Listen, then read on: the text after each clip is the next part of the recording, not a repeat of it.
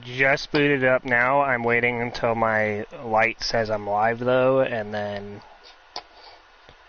I'll go ahead and post it from there. Cool.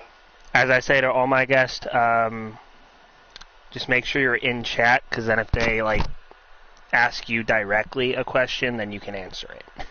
Yeah, for sure. I'm already in your stream. Alrighty. Copy link, so I gotta send it to the other Discords.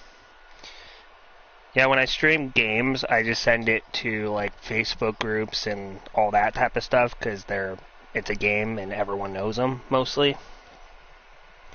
But when I do podcasts, I try to keep them with, community Discords and stuff like that. Right on. I like that.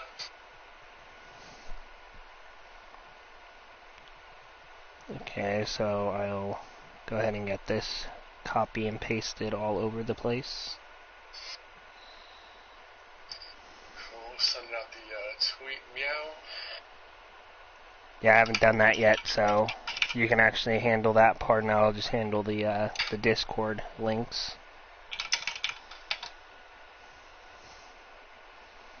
Bobbles, my man. Bobble's already in here.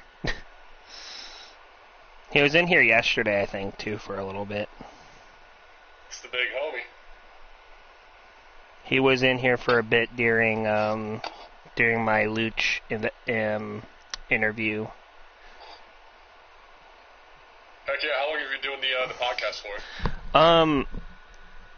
I rebooted it up again this past, actually the first Monday, or the first day of March, when I had Craigie on, but before that, actually give me 1 second so I can give you an actual, clear indication of day, because I have the other ones on my main YouTube channel, and when I posted them was the day after I was doing them, so right on. That'll give me a good idea of when it was roughly that I had started it. And then you're going to be, I think, as an official guest, you'd be number 6 or 7 since I've rebooted everything.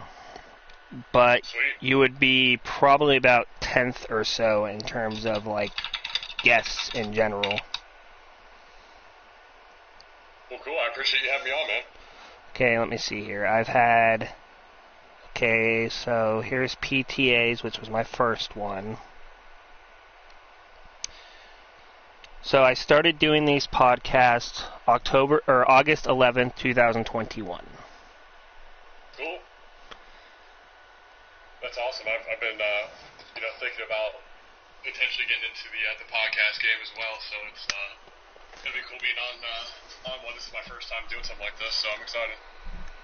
Alrighty, so to walk you through what happens on the podcast real quick, even though I'm pretty sure you were there during Luch's, we have this team right here, the London Black Knights, formerly known as Pittsburgh Steelers.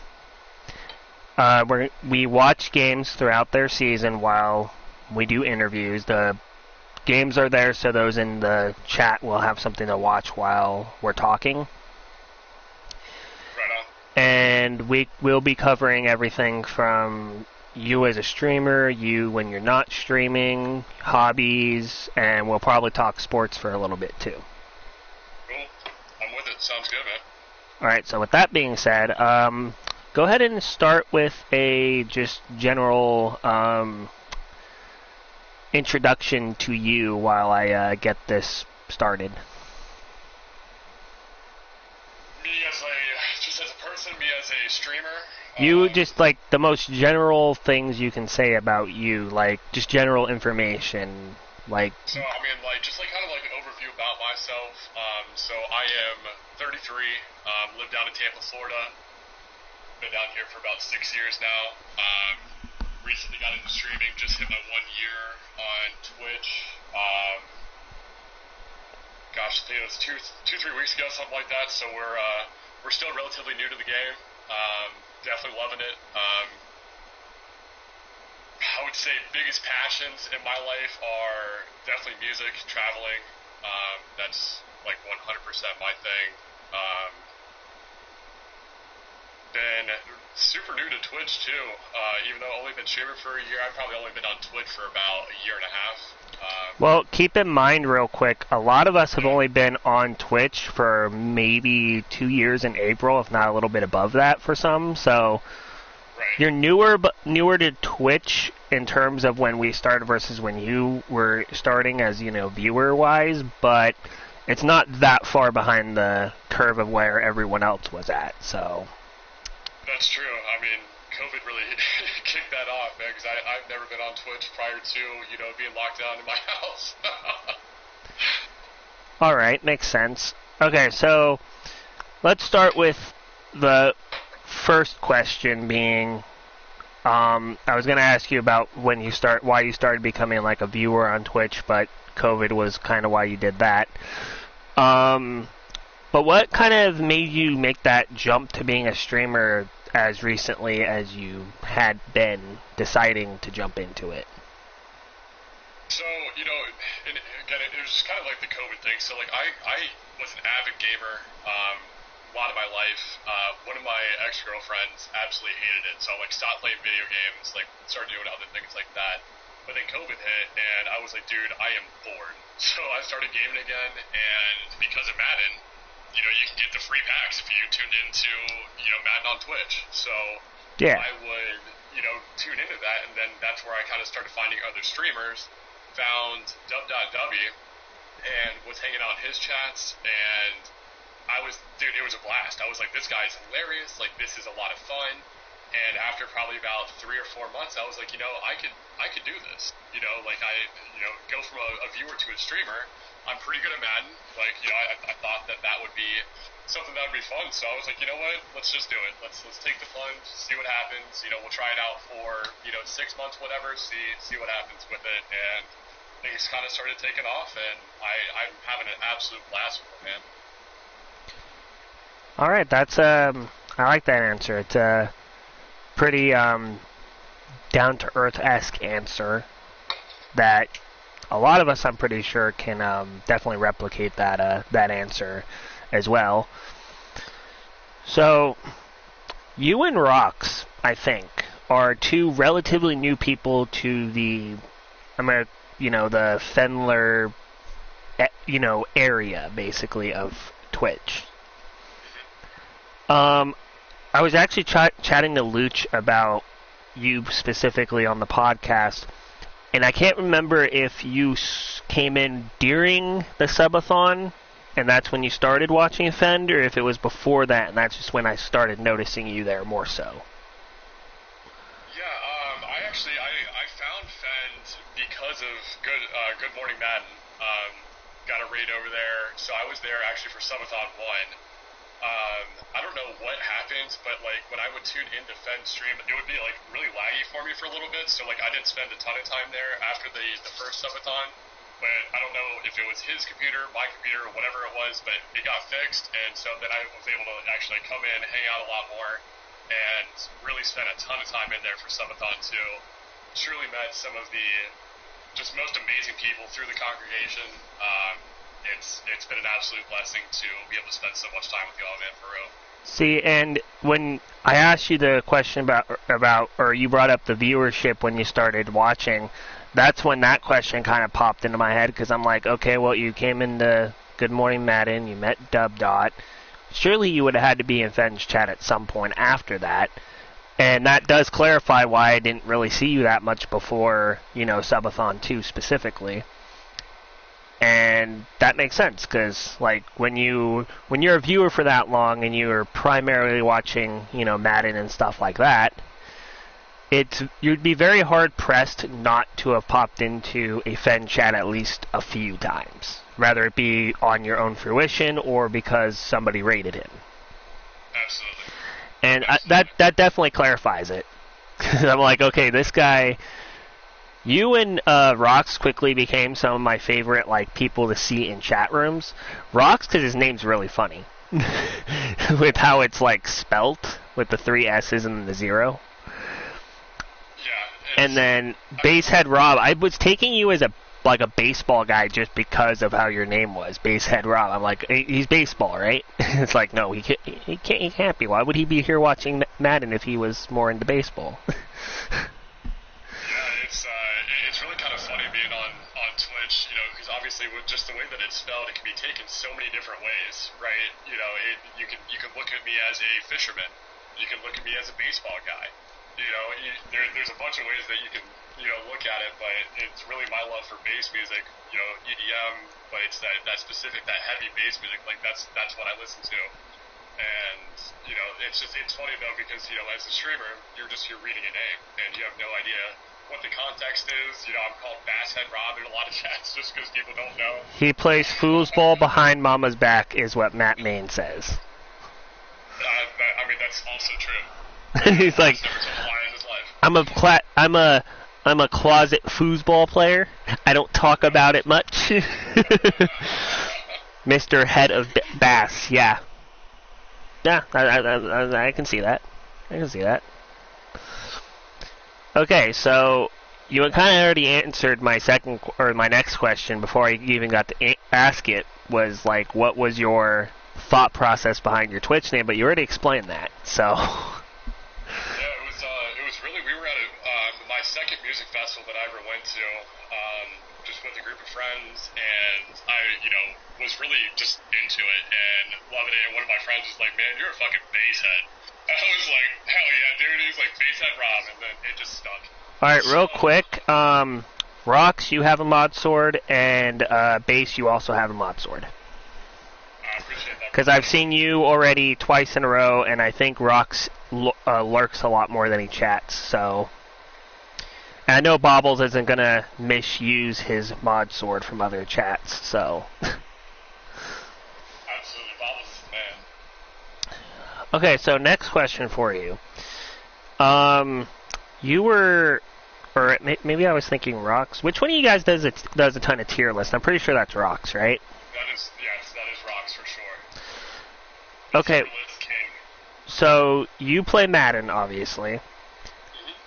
I've only seen you on Madden for your streams. Do you ever stream anything else, or have you ever thought about streaming other games? Like yet, I would say, or do you plan on the future to do different things? Yeah, absolutely. So I also stream PGA. I'm doing PGA 2K21. Whenever Rox wants to smoke, I gotta oblige. So I play that on stream. I also play Raid Shadow Legends on stream as well.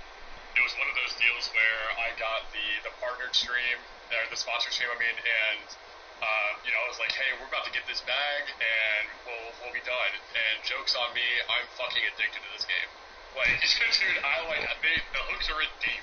I legitimately, when Fendler had his partner stream for that, I downloaded the game, did it up to the point where the tutorial's over, and then I left it on a phone I don't even have my SIM card in anymore, because I know people get addicted to that game, and I wasn't going to do that too. Yeah, dude, it's absolutely insane. I've never even played a game like this that I enjoyed. But even through just the sponsor stream that I did, I was like, oh, this game is really fun. And here we are, 2 months later, and I'm still playing this game every day. Makes sense. So, are you much into the anime type world, or is that something you kind of took a hard pass on? I have never really dove into that kind of world. It's just never really piqued my interest, but because I don't really watch a lot of TV. The only TV that I watch is really when sports are on. I'm a huge sports fanatic, so I'm generally just watching the games on TV. Other than that, I'm just on Twitch. I work 50 hours a week or so at my day job, and then I'm streaming between 40 and 50 hours a week as well on top of that, so I don't have a ton of time really outside of that to do much. Makes sense. I can see how that would make it a little bit difficult to get into something like that, especially with some of these animes being 1,000 episodes long. For real, dude, for real. I could suggest to you a very short anime that you might enjoy, and it's not going to take that much time to watch. It's 10 to maybe 20 episodes, and they're pretty short. But I'll chat with you about that more off stream, and send you a link and all that stuff if you're interested in that. So you're both a sports fanatic and a music fanatic, right? Absolutely. That would be both of my main hobbies for sure. So who are your teams for the sports you do watch? So I'm a Cleveland Browns fan. For the NFL, NHL, I am a Columbus Blue Jackets fan. Soccer, if we're talking like international soccer, I'm a Manchester United fan. Domestically, I am a Columbus Crew fan. Definitely a homer, you know what I mean? I'm from Columbus, Ohio, so if it's not in Columbus, I'm going for Cleveland. Huge Ohio State Buckeyes fan. So that's really my thing. The only sport that I really don't get down with is baseball. Everything else I'm into. Favorite golfer is probably Dustin Johnson right now. It's tough not to like him. That's fair. So I think it's funny because you're actually now the third person on the podcast that I've had that when this team is playing on the podcast, they're playing the person who I have as my guest team. So the first one I think was Kyle. The first time I was doing podcast, they were playing the Ravens. The second time was Johnny Claps, and we were playing the Saints for that game. And now here we are playing your Browns. So, but that was to be expected because this was the Steelers, and so they play the Browns twice. I am glad that you did change the Steelers, though. If there's one team to change, that's the team to change. I know, right? Like, I can't change Cincinnati because they're starting a new culture and all that stuff, and that would be dumb. Can't really change the Ravens, mainly because I really don't want to try to watch Lamar Jackson throw a football. And the Browns, it's just like they're just now starting kind of to get some more footing under them. And honestly, like in my opinion, if Baker Mayfield didn't get injured last year, they probably would have done better.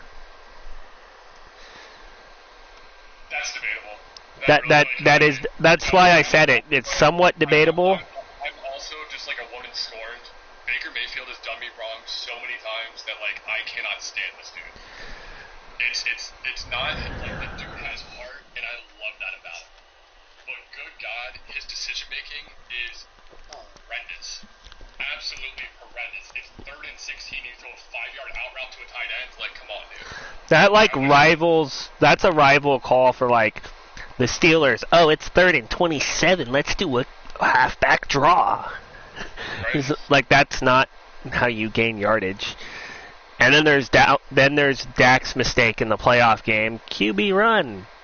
Yeah. Smart. Less than 15 seconds left. Very good play call there, bud. I mean, it's one of those things, when you're putting the ball in their hands every play, you need to be able to trust their decision making. They need to be able to make the right decisions at the right time, and Baker just consistently does not do that. And so I would literally mortgage my future to get rid of him. So you just brought up a good topic here. I was going to save this for a little bit later, but since you brought it up, would you be willing to, with the pass now cleared, would you want the Browns to pursue Deshaun Watson? Oh yes, I've publicly said that. From what I've heard on unofficial sources, we potentially have the option of sending Baker, Kareem Hunt, and 2 firsts for Deshaun. And I would do that in a heartbeat. Dude. That's not a bad option at all, though. Baker Mayfield obviously is not better than Deshaun Watson. No. Kareem Hunt is just a backup running back for you guys, so you can easily replace him. Running backs are basically a dime a dozen. Right, and Kareem Hunt's great. I'm a big Kareem Hunt fan. His receiving out of the backfield is the perfect complement to Nick Chubb. But what we found last season in Dearness Johnson is that this dude's a baller.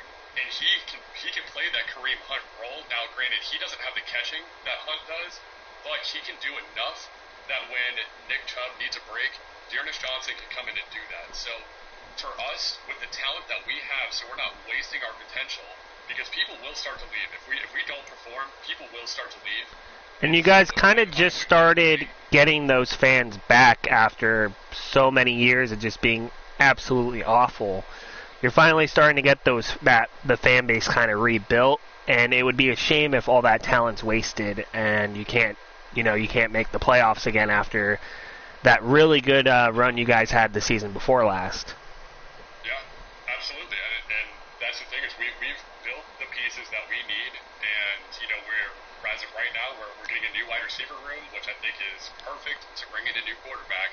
So I want to mortgage everything, do whatever we have to do, get Deshaun Watson off the team. Yeah, Deshaun Watson is I feel like Deshaun's kind of the perfect quarterback for the Browns too. Because the Browns have had a lot of wasted seasons because of just bad quarterbacks in general.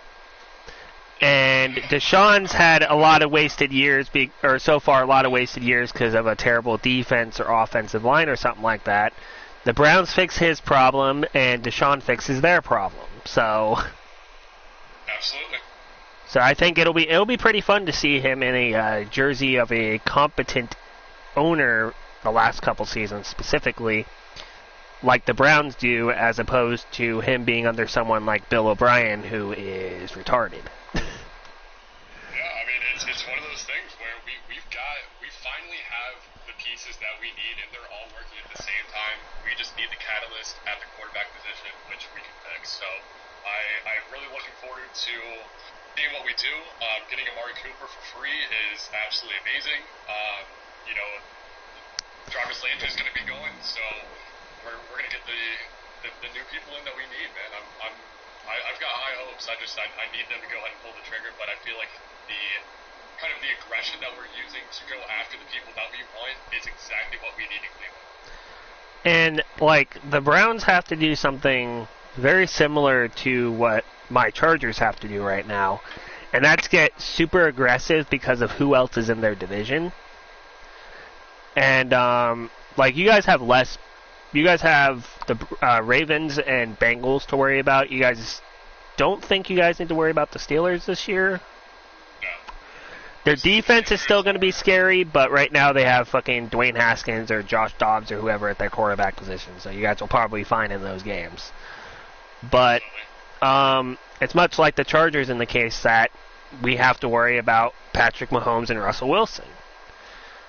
And I feel like there's been a lot of lopsided trades the last couple seasons, like, the DeAndre Hopkins trade, Amari Cooper trade that just happened for you guys, and then us getting Khalil Mack for next to nothing. And what's funny about the Khalil Mack thing is people want to bring up how he's 30-something years old and regressing or whatever. But what's funny is he missed a good chunk of this past season, I'm pretty sure. And the thing is, when he was playing, he wasn't slowed down at all. He looked at the same pace as he was when he was, a rookie in the NFL. So I don't know where that take comes from. But I mean, I just think that's a bad take in general. I mean, look at Von Miller. I mean, when he went to the Rams, I mean, he, again, an older guy, but he looks absolutely fantastic. So I'm very much against the stigma of you're in your 30s, so you're washed at this point. So. And it's funny because the same people who bring up Khalil Mack's age refuse to bring up Russell Wilson's age. And they're basically the same age, and Russell Wilson plays a much more physically demanding position in terms of how often he gets hit than Khalil Mack does. So where's that concern for Russell that you showing for Khalil Mack?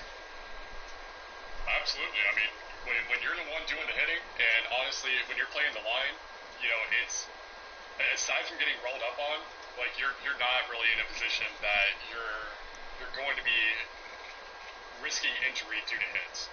So I think that you guys are in a good position. I think that that's a really great trade. I definitely enjoy seeing the Chargers do well. I'm a huge Justin Herbert fan. Oh, look, Saucington's in the building. Sauce, listen to me. Listen to me, you Mac Jones lover. 1 second, okay? Yes, being a quarterback's more physically demanding because those D linemen get pissed when they get held back, and then when they're not held back, they go full force into them if they can get away with it. So yes, quarterbacks are more physically demanding than D linemen, in my opinion. Now, I could be wrong. Everyone's entitled to their opinion on the matter, but I feel like the person who gets hit basically most plays. And okay, Sauce, my counter argument, Andrew Luck. Tell me the position's not physically demanding. Oh, it absolutely is. I mean, come on, the guy got so beat up he forfeited millions of dollars and pulled a Calvin Johnson and had to retire in his prime. Like, I don't get CJ Sauce, man. He has some pretty cool takes sometimes. I mean, it's Sauce, man. There are actually rules. Okay, yeah, there are actual rules to prevent a quarterback from taking hits, sure, but those rules are garbagely enforced 99% of the time, i.e. roughing the passer calls that are basically stupid and don't exist. But also, when the defender can still drive the quarterback into the ground when the guy gets intercepted and when their teammate's running back, there's no protective measures when that happens, so someone like Mac Jones, who might throw 20 picks next season for all we know, will be vulnerable in those situations. Oh, shit. The strays, I love it. The strays. The strays! And also, Sauce, when are you going to get back to me about when you're going to be on the podcast, huh? We've been trying to set up a day for you to be on here since I first started these things, and I haven't been able to get word back from you since the first time when we actually talked about it for a few minutes. Let me preface this. I know he's busy. I know you're a busy man. Not saying you're not. But it would be nice if I could know a week or day or whatever that I might be able to chalk you in for. That's all I'm saying. Now let me get back to my guest, Sauce, okay? Alright, so with you being a Browns fan, you've had your share of ups and downs, mainly downs, at the quarterback position specifically. And is it fair to say that you're probably, you guys haven't had a even mid-tier quarterback for the last 20-ish years? Yeah, I mean, ever since we came back to Cleveland, I would say that we've not had a even mid-tier quarterback. I mean, when you're looking back at the years, when you're, talking fondly of Tim Couch, there's a major issue. Yeah, your best quarterback in the last 20 years has been Tim Couch and Derek Anderson. Then you had that one year where you had that had one guy, I forgot his name. It was 5-6 years ago. Yeah, it's just been bad, dude. You've had two decent quarterbacks, and you had a quarterback that put together a good season and got you guys to a playoff game and then lost. And when that's all you can use to hang your hat on, that's really, really bad. Absolutely. Especially when you consider the fact that you guys in 20 years have had about as many quarterbacks play for you. And then you look at everyone else in the division. Steelers had only Big Ben for most of that. Yeah. The Ravens have had, Joe Flacco, the guy before Joe Flacco, and Lamar Jackson. The Bengals are the closest team. The closest team that to you guys that have had real quarterback woes would have been Cincinnati, but they had Andy Dalton for a good chunk of the last 20 years, and now they have Joe Burrow. So. Yep. Yeah, I mean the amount of first-round picks that we've had on quarterbacks and none of them have panned out is honestly it's traumatizing. I've got PTSD. Have you actually met anyone who had that, that meme that's up there that just has tape over the quarterback's name and you guys just put new names on each thing of tape as it goes down? Have you ever actually seen anyone with that type of situation going on? Oh, absolutely. When I lived in Columbus, I used to go to Browns games all the time, and every single game that you went to, you would see that. And it got so bad that the tape would actually come off the bottom of the jersey and continue down because there's been so many quarterbacks. And that's why, it's a real thing. That's why I like my teams a little bit. Like, yeah, we haven't had a Super Bowl, we haven't had an AFC Championship or anything like that. We haven't had those recently. But at least I could say we've had really good quarterbacks for the last, 3 quarterbacks we've had. And then you look at teams like you guys, the Jets, the Jags to some degree. There's a lot of teams out there that would kill to have Breeze followed by Rivers followed by Herbert. Most teams in the league would kill to have that type of quarterback room the last couple seasons. Oh, absolutely. Consistency at that position is what's valued most in this league, and that is the one thing that we have not had. And that's why people rate.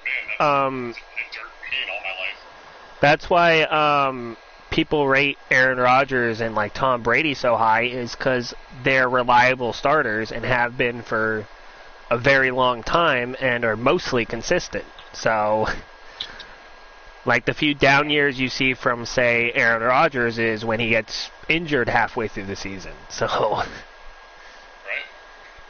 And then with the football world right now, we're coming up on free agency within 3 days, I think it starts. If you were running the Browns organization right now, what moves would you want to make, whether it be re-signings, trades, cuts? Just tell me what you would do as a GM when free agency starts. First order of business is getting Deshaun Watson.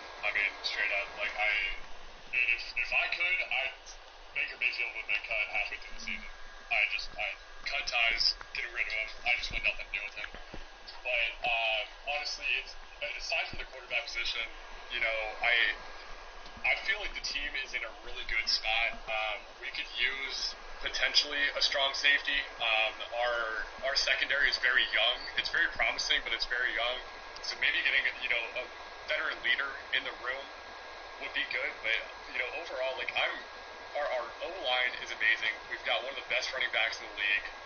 We found a great backup in Dearness Johnson that kind of took everybody by surprise. So I feel really good about the team. We do, because Jarvis Landry is going to go. He has been cleared to go on the trading block. That's been kind of requested by him, approved by the team. So we're going to get new wide receivers, and obviously we just got Amari Cooper. Finding a complement to Amari is going to be something that we need. I believe in him, but I don't know if he's good enough to handle the top cornerback with safety help. So we need something on the other side to draw just a little bit away from him. Now we've got Austin Schwartz, who, catching a football is a struggle for him, but he runs a 4.2, and that speed is going to help. But we need another quality receiver outside of that. So I think that we need to get another wideout. But first and foremost, we've got to fix the quarterback position. It has to happen. So let's just say you guys throw Jarvis Landry up on the trade block, which you guys already did. Let's just say, hypothetically, obviously, because they're probably not going to do something like this.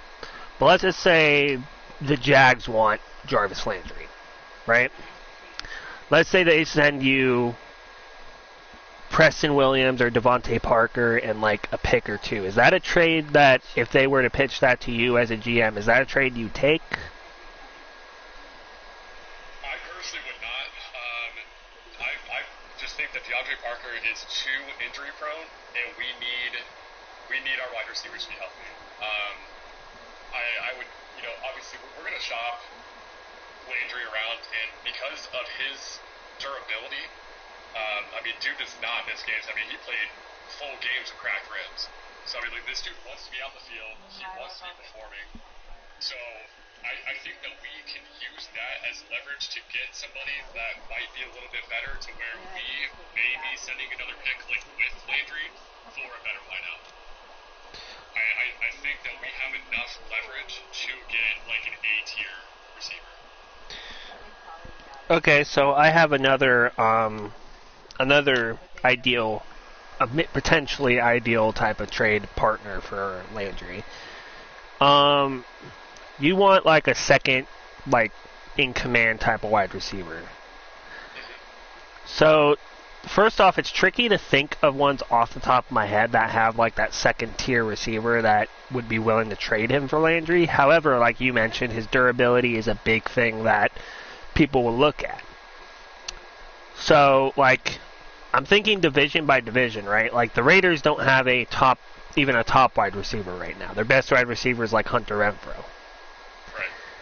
You think Chargers, well, they just re-signed Williams, and they're probably not going to give up Keenan Allen, so that's probably not going to be a destination either. Right, I would fucking love Keenan Allen. Good God. Broncos. I don't know if the Broncos have a top-tier wide receiver either, to be honest. Jerry Jeudy. Like, he's their future. They're not going to do anything with him. And then KC, like, the best option you might get is, like, Nikhil Hardman or something like that, but he's not a second-tier receiver either. Yeah, no, he's not up there yet. Then you're not going to trade within the division, obviously, because that would be dumb. Well, I mean, it does happen a lot. I mean, we got rid of True. him, and he went over to Pittsburgh. Let's say the Colts, right? They technically have T.Y. Hilton, but I'm pretty sure he's a free agent, so you won't even be able to trade for him. Yeah, he's at the point, though, where he is like rounding out the end of his career. I don't think that would be... That wouldn't be a wise move. I don't think that would be the move for the wide receiver room. That's fair. Okay, so that's all the AFC. There's not really any option. Like in the AFC East, the Patriots don't have a top-tier wide receiver. The Bills don't have a top-tier wide receiver they'd be willing to get rid of. Your best bet for the Bills would be like Cole Beasley or something, and that he's at the end of his rope probably too. So. Yeah, I agree with that. Um. If I'm being honest with you, I'm really interested to see what Seattle does in this offseason. Depending on what they do with Russell, if he is going to stay, if he's not going to stay, that could be potentially, because if they do move on from Russ, and they're going to go and kind of go into rebuild mode, we might be able to steal either a Tyler Lockett or maybe even a DK Metcalf. See, I was thinking too. I was thinking Seahawks, but I also had the thought process of maybe Green Bay. I mean, you can. They did just, they obviously paid Aaron Rodgers. They tagged Devontae, obviously. Yep. So let me ask you this: as a GM, if you were offered Allen Lazard and like a third, is that something you'd take? I would take that. Because I feel like Jarvis Landry is more durable than Allen Lazard. Lazard is younger. Yep. Landry has proven that he can do well no matter who's throwing him the ball. Yep. And Aaron Rodgers wants a weapon. Well, he's a weapon. You guys get someone younger that you can develop alongside Amari Cooper. Yep. And so I feel like if that's a trade that would actually be sent, I think the Browns would be absolutely stupid not to take it. Absolutely, and I think we would. And Lazard's tall. He's 6'3". Me personally, height is everything for me, dude. I love seeing tall, fast wide receivers, and to get a young guy like that in a room with Amari Cooper, we got Austin Schwartz. Like that would be a great wide receiver room. I would absolutely take that trade. All right, awesome. So I skipped looking at the actual stats for the Browns because I didn't think you want to see the Browns stats after a 21-3 loss. So I just decided to show like the offensive stats for us and then just move on from there.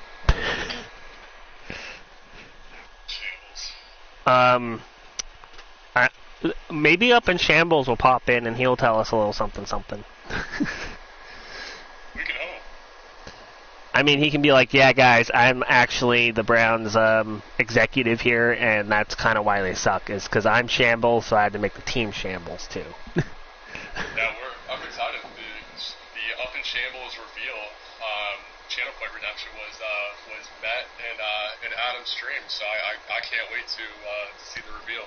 Okay, so that brings me to this question then. Who do you think Up in Shambles is? Because I've heard Kapnerk was a big thing that people thought it was. It could be Kyle, because he has a ton of, like, not Kyle Andrew, the other Kyle. Because he has a lot of troll accounts. But who do you think it is in the community that could potentially be this Up in Shambles character? I'm going to be completely honest with you, dude. I have no idea. Like, literally none. There are so many burners in this community that it's absolutely crazy. I'm still not even convinced that Cap is not I believe Cap might be 20 different people, dude. Like, the burners in this community is absolutely insane. How come I feel like a plot twist would be it's been fucking Adam this entire time? Dude, like, it very well may, it could be. If it is, I'd laugh my ass off. Like, absolutely. And that's why, you know, he wasn't there when the channel point redemption was hit, because Adam wasn't logged into that account. Exactly, he had to walk off screen to log into the other account, and then it's pretty. It could be his significant other too. It's definitely possible. I mean, that's the beauty about these burners, man. We have no idea. Well, at least one mystery will get solved soon, though. So there's at least that we can look forward to. By the way, Quiddy Pay got a superstar dev off the Browns game, so thank you for sucking, I guess. We're real good at that. You know, like, we're really good at just being absolute garbage when we shouldn't be. Absolutely. You guys rival. I think the Browns rival. No, not the Browns. I think the Browns, Jets, and Chargers have to be the most, like, talent wasting teams in the NFL. They have to be. Unfortunately, yes. And realize, chat, that I did mention my team too, because I'm not dumb. They wasted Phillip Rivers, they wasted Drew Brees when we had him, they wasted LT, they wasted Antonio Gates. Among others. Yeah, it's hard out here, man. it is hard out here. Which, by the way,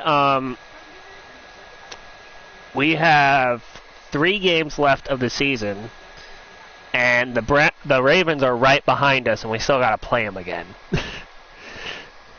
How do we do the first time? I got to actually check that real quick, because it'll be interesting if we already beat them the first time we played. We lost to them 0-6. What a game,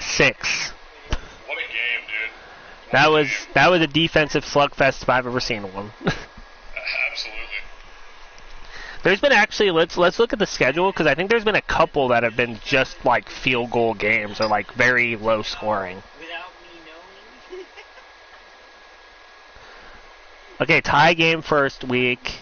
Then we had a 3-7 loss to the Texans. I almost rage quit at that one. Then we have 9-3 win against the Jets. Then we have a 7-3 win against the Browns the first time. Then we have a 7-0 win against the Bucks, and then 0-6 against the Ravens. Yeah, this is a very low scoring season. I mean, when you got TJ Watt rushing the fucking quarterback all the time, it's going to affect passing numbers at minimum. Absolutely. That's one thing, like, I feel like TJ Watt should be back-to-back Defensive Player of the Year right now, in my opinion. Because he was... I mean, he's got stiff competition in Myles Garrett. I'm not even just being like a... He does... To be fair, he does have stiff competition with him, though. I can agree with that. And that's not even counting, like, the Joey Bosa's of the AFC that could also be a competition for him, too.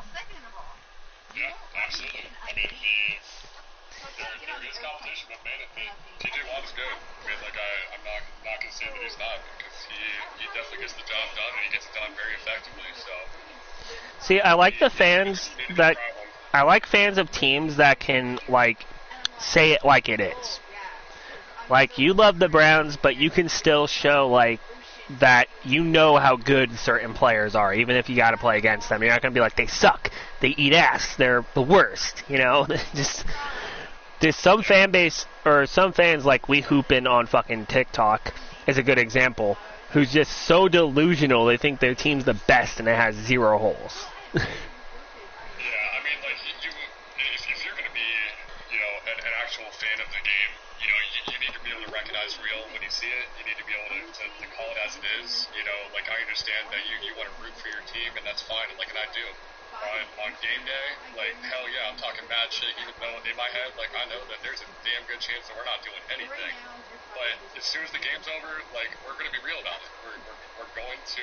For example, great example of your of what you're saying and what I'm saying. I'll say Patrick Mahomes sucks when we play him. I'll say, oh yeah, Kermit the Frog's going to throw like 4 picks. But at the same time, after the game, I do have to recognize how good Patrick Mahomes really is.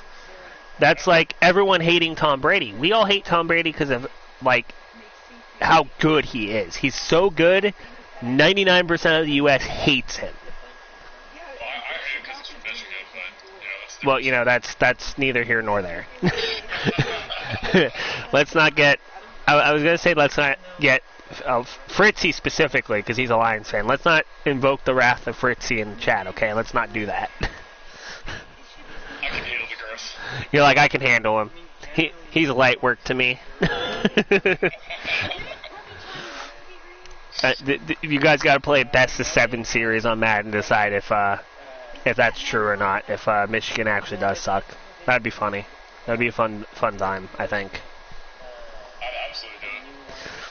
So right now, while I'm chatting with you, I'm actually talking to 2 different people about being on the podcast. I'm chatting with DK Nice and Dino. Nice. And Dino actually said live on stream that he would want to be on the podcast at some point, and I told him I'd message him today about it. And I did, and now we're just trying to set up a day and time at the moment. But I'm trying to do a couple of these podcasts every week because I feel like the podcasts are kind of the bread and butter right now of my channel until I find something I want to like play game-wise. But like so far, I haven't had a guest that I've regretted having on because all of them give me good, unique answers on everything. They're all very good at like what you were doing. They're all very, very good at making sure their people know that they're going to be on, and so that spreads the word more. And like, I didn't have to post it on Twitter today because you had already posted a link to it yourself, so that made it to where I didn't have to go on Twitter and post a link there too. Absolutely, man. It's great exposure for both of us. So, with that being said, let's move on a little bit more to BaseheadRob off of streams. So, what made you a Browns fan? Were you born in Cleveland? Were you born somewhere else and they just kind of spoke to you somehow or another? Or tell me the story of how you became the fan of the Cleveland Browns. So I was born in Columbus, Ohio, and you know, when you're in Columbus, you're dead center of the state, right? And then so you got Cleveland in the north, you got Cincinnati in the south. You've got pretty much 2 options. There are a lot of Pittsburgh fans in Columbus for some unknown reason, but you know, it was one of those things where you know you kind of go with whatever you're feeling. But my family has been a Browns fan, so I was just kind of born into it, and I'm just a very loyal person. So when I'm on something, I'm on it, and you know it's been a lifetime of pain, but hey, I'm with it, and I hope that sometime, at some point in my life, that I see a good team. All right, that's fair enough. That's I'm sure that's the story behind how you became fans of the other teams you've chosen as well. Absolutely. So with that being said, now, what would you say has been a highlight of being a fan of the Browns the last couple seasons? Because it's obviously not Baker Mayfield, but what has been what do you think is the key to how well the Browns have been able to turn around the last couple seasons? Well, been a big part of that. Obviously, getting the absolute gem of Nick Chubb has been really good, and be able to build a quality offensive line to be able to go in and protect him, let him do his thing, has been really good. We went 1-15, followed by an 0-16 season, and then to go ahead and turn that around and make a deep run in the playoffs, it's been fun to see. I mean, I can tell you that when we went 1-15, when we won our one game, I celebrated that bitch like it was the fucking Super Bowl, dude. Which, by the way, fuck y'all for that, but it's okay. We got back at you. I wasn't gonna bring it up. I wasn't gonna say who it was. We got back at you the next season though, when you guys went 0-16. To be fair, so you did. So I'll take that. I'll take the revenge shot. We gave you guys that win. We wanted you guys not to go 0-16 that season, but then we immediately went Anyway, we get it, baby. The following season, we're like, nah, we ain't doing this again. We spotted you guys once. That was painful, man. I mean, to go 0-16, to be a part of, 3 teams ever in the history of the National Football League to go... Was there 3? Yep, it was... So the Browns did it, the Lions did it, and... I'm trying to think of the other team. Yeah, because I know the 2, I just can't remember the third one. I want to say it's the Jets, but don't quote me on that. I remember, obviously when it was happening, I was, researching it, because I was like, oh, shit, we're not in a good position right now, but... Hey, but you guys have won the Tank Bowl so many times, though, so there is something to be proud of. Yeah, so we could draft a quarterback in the first round from not to do anything. I mean, literally, existence is pain, bro. We don't talk about how bad the draft classes were here. Yeah, that's not... If I would ask you who the worst draft pick in history was, but that's a very long list, and all of them would probably be competitors for that. So we're not going to go into that question. Just way too many. Yeah, it's not good. Not good at all. But I feel like the key turning point for you guys was showing Hugh Jackson the door. Because I feel like if you guys would have done that on that 1-15 season, then this turnaround could have started the next season. Instead of it taking 2.5 years for him to be booted when he should have been booted after the 1-15 year. I don't know if there was a coach that was really ready to take on this project. You've got to be... Kevin Stefanski has done a absolutely wonderful job, considering he inherited a team that was 1,000% the worst team in the NFL for 2 straight seasons. Right. And was able to not only get them to where they were winning some games, he also got them to a to the playoffs, where they were heavy underdogs, and then he coached them to go toe-to-toe with the Kansas City Chiefs and almost beat them. Yeah, if that touchdown wasn't called a fumble for a touchback, that we would have won that game.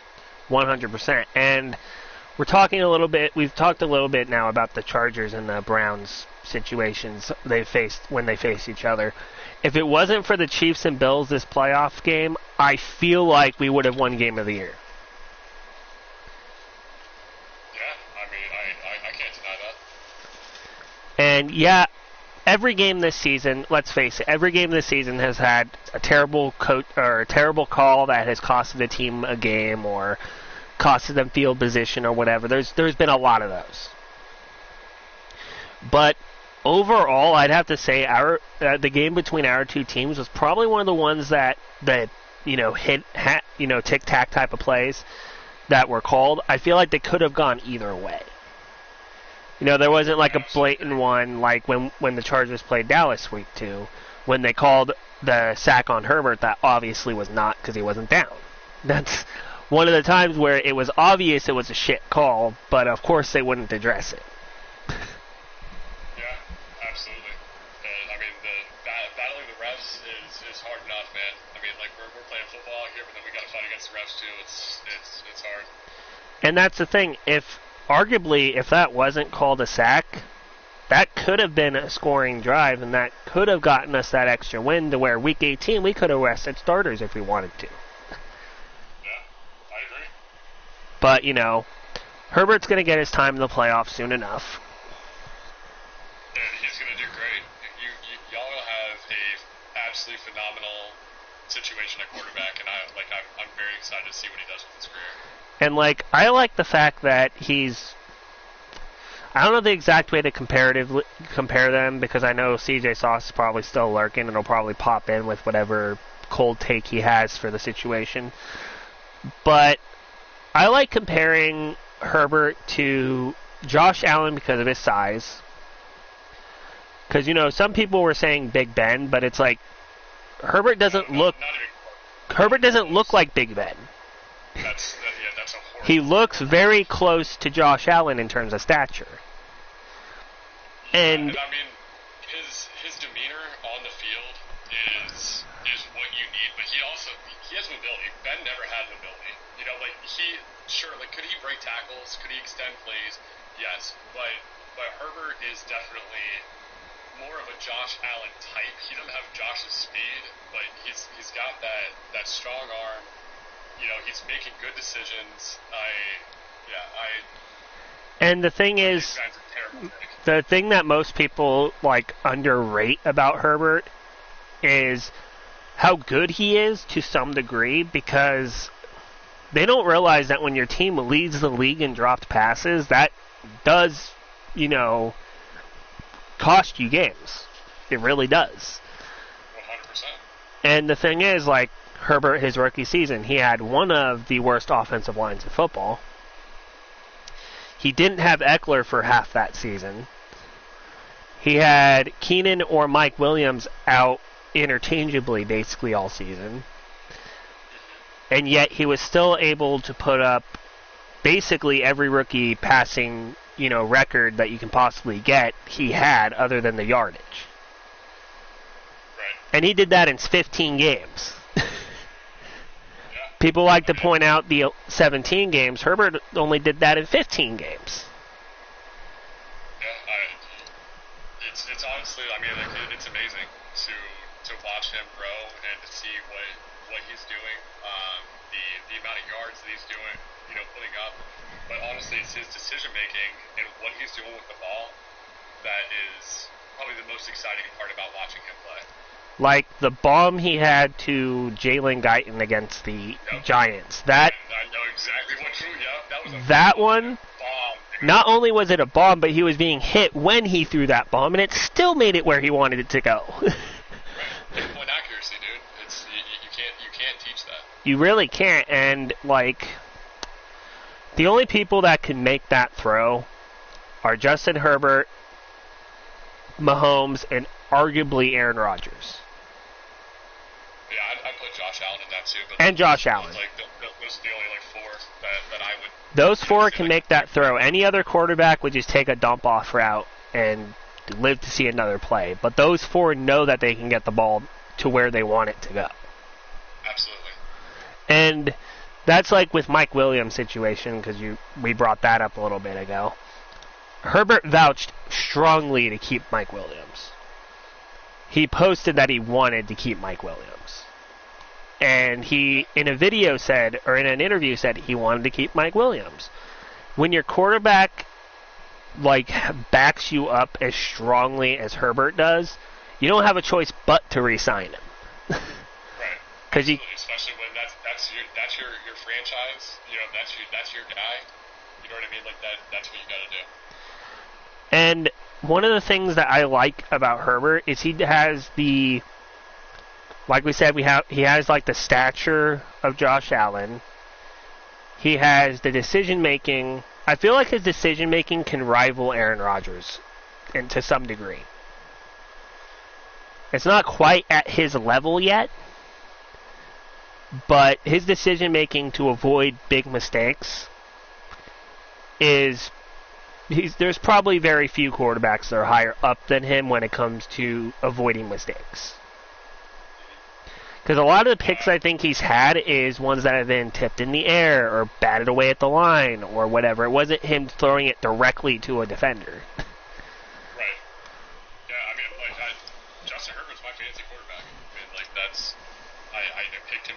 reason, because he does not make dumb mistakes with football. And the other thing I like about Herbert is his demeanor. He's the complete opposite of Phillip Rivers. Phillip Rivers was a very outward quarterback. He put all his emotions into the game and showed all his emotions. Herbert's more of the I won't even say Drew Brees, because Drew Brees is vocal before games. Yeah, he's very composed. I mean, he's got that voice that you need in the position. And that's why to me, there's not many quarterbacks that can lead a team as well as Herbert has, with the demeanor Herbert carries himself with. I agree with it. Because most people, coming out of the draft, most people didn't think he had the arm talent. Well, that was proven wrong, wasn't it? They didn't think he could lead a team. That's also been proven wrong. I mean, just factor back to the Week 18 game against the Raiders and tell me that's not a quarterback that can lead your team. 100%. If somebody says that he can't, then they're either Raider fans or they don't know talent. Yep. I agree. Which would also be Raider fans because they don't know talent either. Shots fired, baby. But I don't have any Raider fans in here. Silent Ninja's my favorite Raider fan to talk to, though, because he's very realistic when we talk about the teams. Gotta be. I mean, if you want to be taken seriously about what it is that you're saying, you need to be realistic about the situation. And then there's Russell Wilson. It's he went from having to deal with 5 top-end pass rushers to 5 top-end pass rushers. So, he went to a much better team, though. The Broncos are definitely a better team than the Seahawks right now. But he still has to deal with top pass rushers in the NFL at the top half of it. Absolutely. And, picking up Khalil Mack was big for us, considering we got him for next to nothing. Just like you guys with Amari Cooper. We didn't give up very much for him. Yeah, a fifth and a sixth, I mean, that's free. That's free 99.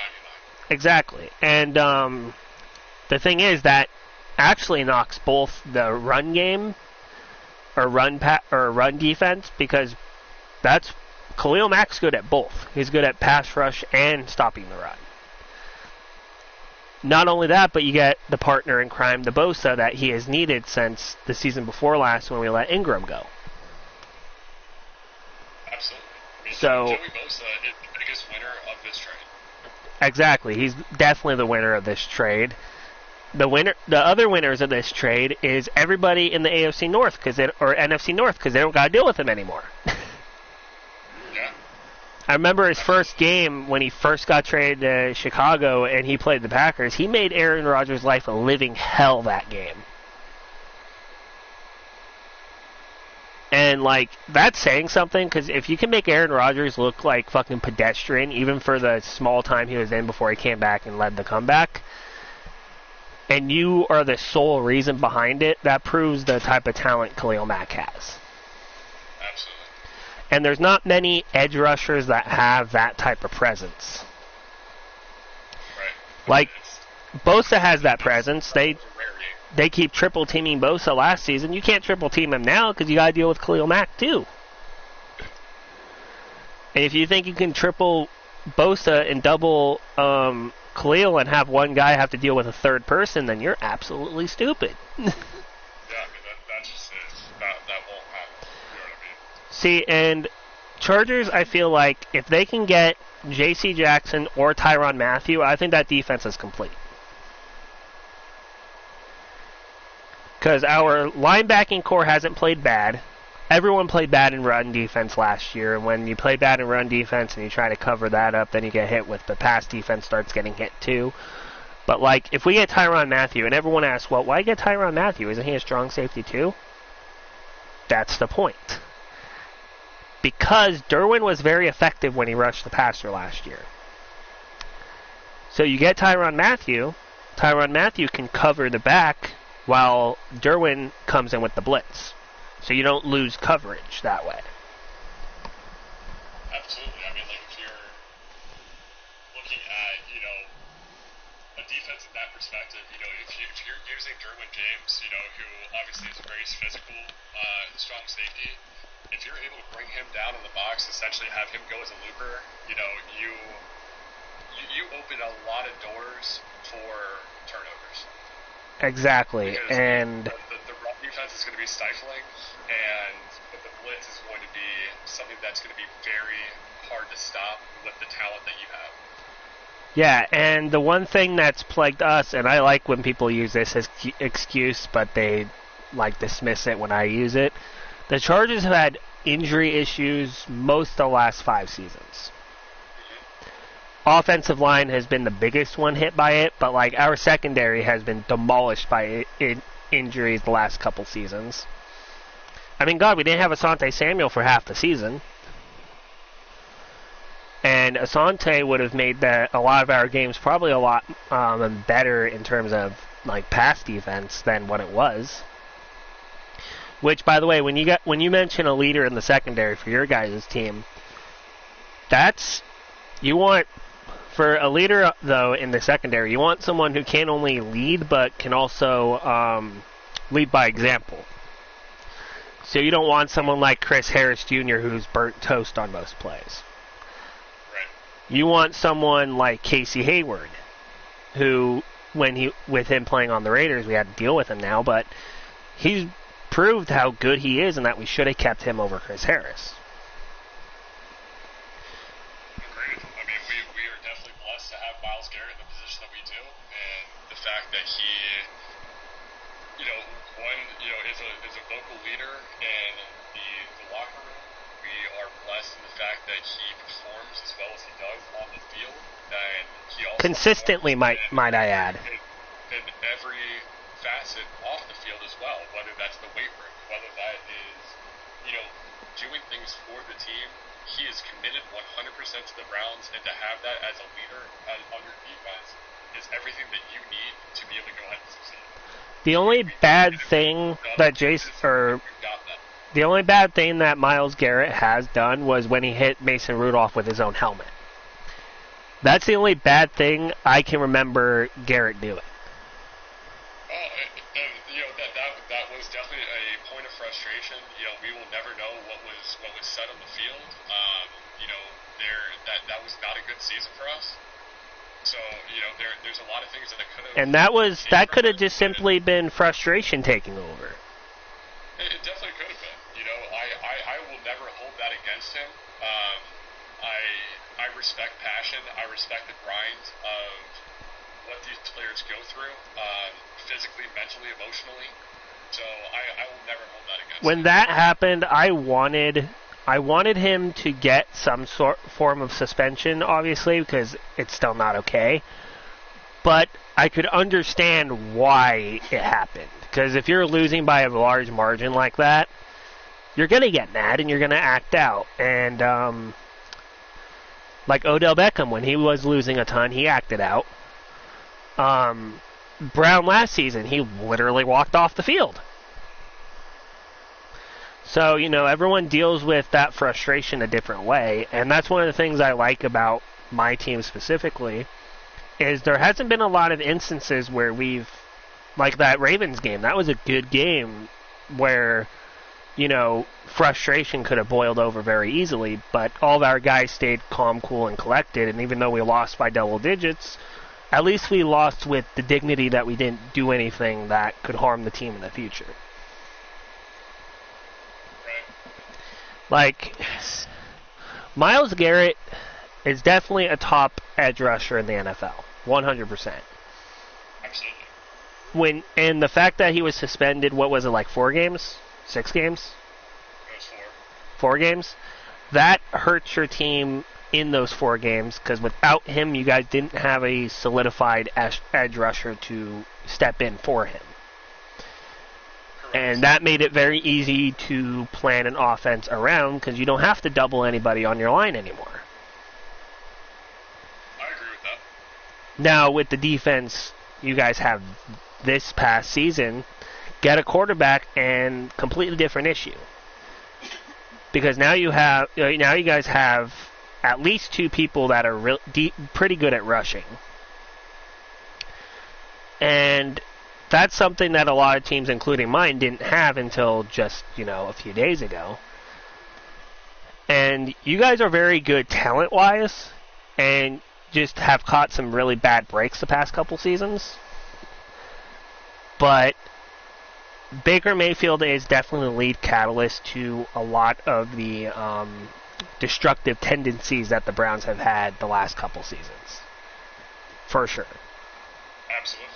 I mean, like, that's my biggest pain point with this team.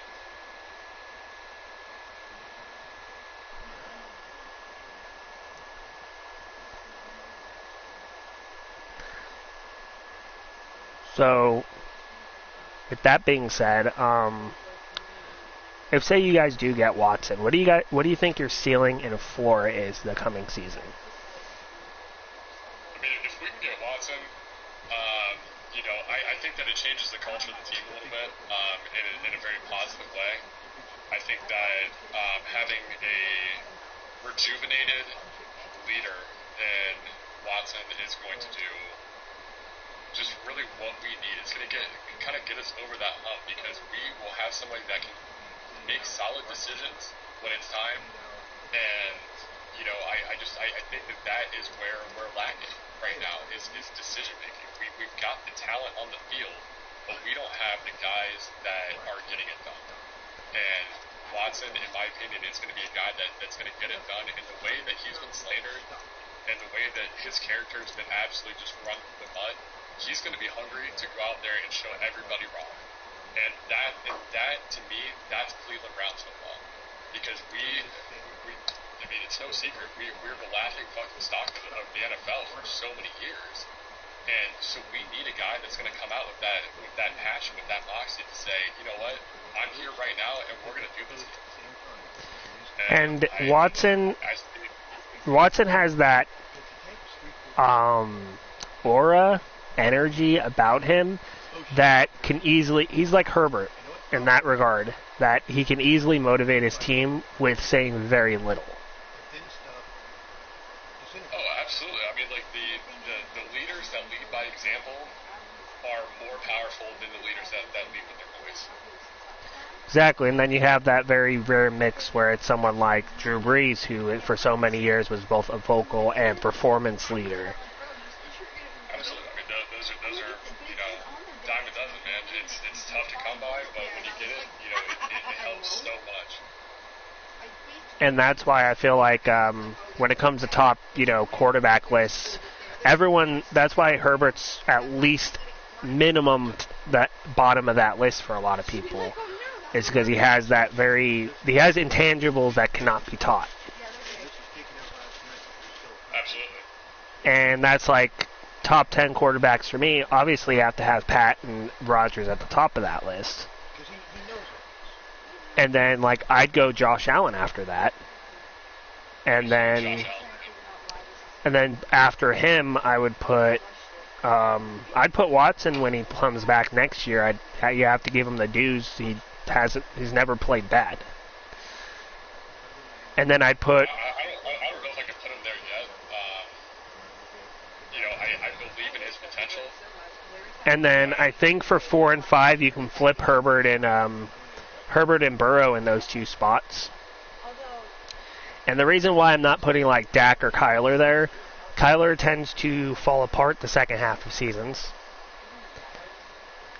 And so does Dak. Dak played really bad the second half of this year. And somebody like Herbert and Burrow, they had a couple bad games, but 90% of their games were really good games. And, even though they've made the mistakes, their mistakes didn't cost their team those wins. It was mainly, for both teams, it was a lot of referees and dropped passes, mainly. That's like Give me a second, brother. I can use the restroom real quick. Give me all one right, second, yeah. I'll be right back.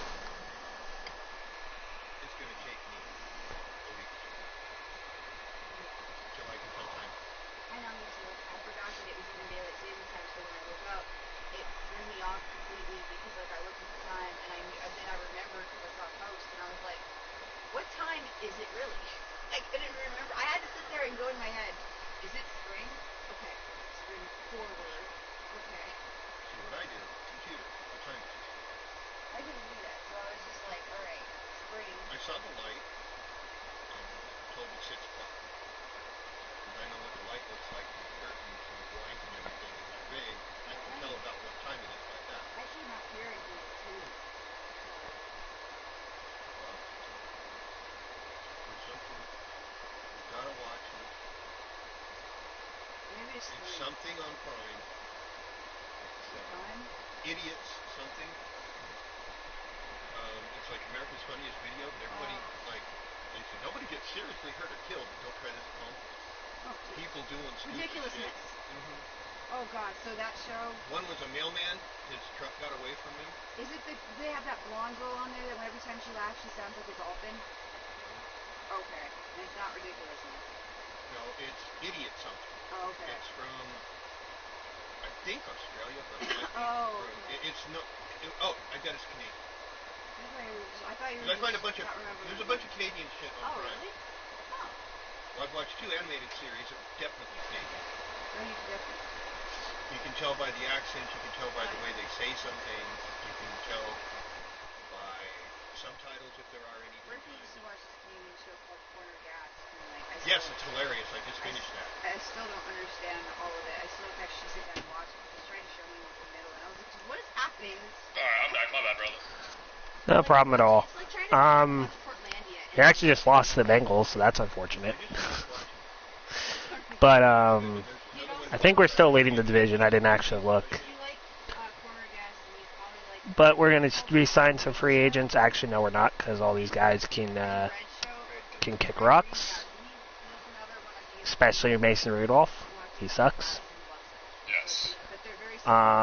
Zach Gantry, he's not a great tight end, but I like having a third string guy for some of my formations. So he gets a sign contract here.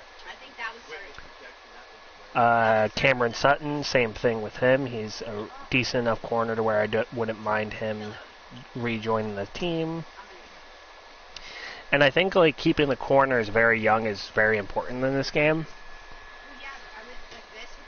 Especially ones that are 27-ish, peak 27 is where you want to re-sign them. But if they're close to 30s, that's when the regression starts. It's very annoying. I think they need to adjust the rating plummets in the game next season. Because they always make it regress in the 29-plus range, and that really sucks for the game. Because there are obvious examples that people have played well until their mid-30s. Absolutely. But no matter what the position is, as soon as you hit 29, 30, maybe 31, that's when they're okay, well, time for you to regress harshly in 2 seasons and then be unplayable. Okay, so we're playing the Patriots now. This will probably either be the last or second to last game we watch. I still have plenty of questions, but it all depends on what your availability is right now. I don't know if you had other plans that you had to attend to or anything like that. So. Yeah, I'm good for a little bit here. All right, so hopefully we can finish the regular season with you, and then my next guest will be our playoff run. But here we are. Huh? Yes, sir. Okay, so the rookie quarterback stats, 1664, 6 touchdowns, 6 interceptions. Really bad considering we're in the second to last week of the season. Yeah, not a great season. So he's probably going to get replaced. I wasn't originally going to because I thought he might turn it around, but he's gotten a few rushing touchdowns, but he's just not helping the team very much. So what'll probably happen is when we do the draft, I'm going to try to make that into just going through the draft and not having a guest for that, but potentially having maybe people just here to help make decisions for who we want to draft and for the off season and stuff. Absolutely. And who knows, I might have somebody I've already had on here commentate for that as well. So we'll have to wait and see. But right now we started the season with 1 loss like one loss, and then we've lost like 3 or 4 of our last 5 or 6. So we've started kind of making the downward trajectory at the wrong time. I'm surprised CJ didn't pop in as soon as I mentioned us playing the Patriots. Watching Mac Jones play is going to be something very interesting for Patriots fans next few seasons. Absolutely. I'm definitely very interested to see kind of what his progression is. I feel like I said it before, I feel like he is the closest to a Justin Herbert in that draft right now. Because he was the only one out of the rookie class this year that was kind of counted out the most. And that's the same exact thing that happened with Herbert. He was counted out the most out of everyone that was being drafted. But it's definitely something to keep in mind when you're watching any sport. You have to kind of, with a lot of athletes, you have to give them that kind of the benefit of the doubt their rookie season. But the problem with the NFL specifically is if you're drafted as a rookie, you're expected to play 9 times out of 10 that first season. And It puts them in a really bad position, honestly. When you are going from, playing well at the college level to now you are playing the best of the very best. It's such a huge jump in talent that it puts the rookie at a very vulnerable position because they, one, need to learn a brand new offense that they have not, been exposed to. And then they also need to deal with the speed difference. Obviously, the speed difference between college and the NFL is tremendous. I mean, also, it's nothing. The rule difference, too. There's a lot of rules that are different between the two levels as well. Like the whole, what catches count in the college don't count. A lot of them don't count in the NFL now. Right. And You can do all that in one offseason. yeah, and it's like I said during my podcast with Luch. For every Herbert, there's a couple Josh Rosens. Yeah, absolutely. We drafted them all. You're like, we were unfortunately the recipients of like every Josh Rosen for the last like 30 years. So yeah, that's unfortunate. So I'm running polls right now for the awards show. I'm sure you've seen those up. And I do those, I'm calling this the second or third annual because a lot of my other ones were like midway through like the year and they were kind of too close together. So I'm counting this as my first, like second annual one, I think, or my third annual. And I still have some polls I need to put up the next few days.